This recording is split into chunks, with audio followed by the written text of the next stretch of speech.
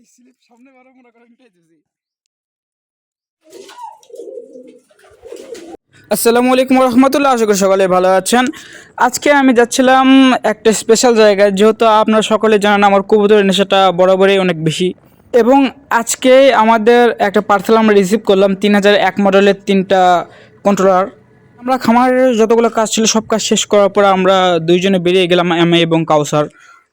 এই পার্সেলটা রিসিভ করার জন্য, যেহেতু আমরা আমাদের লোকেশন বাড়িটা দিয়েছিলাম, কিন্তু আমরা যেহেতু বাসায় ছিলাম না, সেখানে আমরা রাস্তায় এই পার্সেলটা রিসিভ করি। এই পার্সেলটা রিসিভ করার পরে পার্সেলটা আমি খুলে দেখতেছিলাম সব কিছু ঠিক আছে কিনা। তো প্রায় মোটামুটি সব কিছু সেম, আমরা আগে যে পার্সেলটা নিয়ে এসেছিলাম ওই রকমই সব কালার, শুধু কালার একটু ডিফারেন্ট আছে এই কন্ট্রোলারগুলোতে। পার্সেলটা রিসিভ করার পর আমি চলে গেলাম আমার আপুর বাসায়। আপুর বাসায় একটা কবুতরের খামার আছে, সেই খামারে বেশ কয়েক জাতের কবুতর আছে। আমি সেই কবুতরগুলোতেই দেখতে যাচ্ছিলাম। যেহেতু আমার কবুতরের নেশা ছোটো থেকেই খুব, আমি কবুতর আগে রেগো পালছি, কিন্তু মাঝখানে এসে আমি কবুতর পালাটা বাদ দিয়ে দিয়েছি। আপুর বাসায় যাওয়ার মেন কারণটা হচ্ছিল আমি আমার ভাগনাদেরকে দেখতে যাচ্ছিলাম।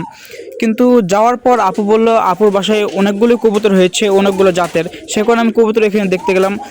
দেখার পর আমার মাথায় একদম নষ্ট, আমি ডিসাইড করে নিয়েছি আমি আবার কবুতর পালবো।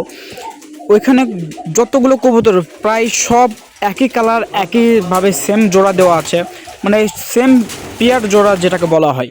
ওইখানে আপুর বাসায় যে লোকটা কাজ করে ওই লোকের কর্মকাণ্ড দেখে আমি একদম অবাক। যেই কবুতর আমি কিনছি 2 থেকে 3 হাজার টাকা পার পিস বাচ্চা, সেই কবুতরের বাচ্চা জবাই করে খাইতেছে। আপুর বাসাতে খামার ভিজিট করার পর আমার সিদ্ধান্ত একটাই, আমি আবার নতুন করে কবুতর পালবো। এবং আজকে আবার আমরা আমাদের জমি থেকে পেঁয়াজগুলো উঠাইলাম, যেহেতু আমরা কিছুদিনের মধ্যে আলু উঠাইবো। তা আপনারা সকলে ভালো থাকবেন এবং আমাদের জন্য দোয়া করবেন। আল্লাহ তাআলা যেন আমাদের ব্যবসা বারাকা দান করেন।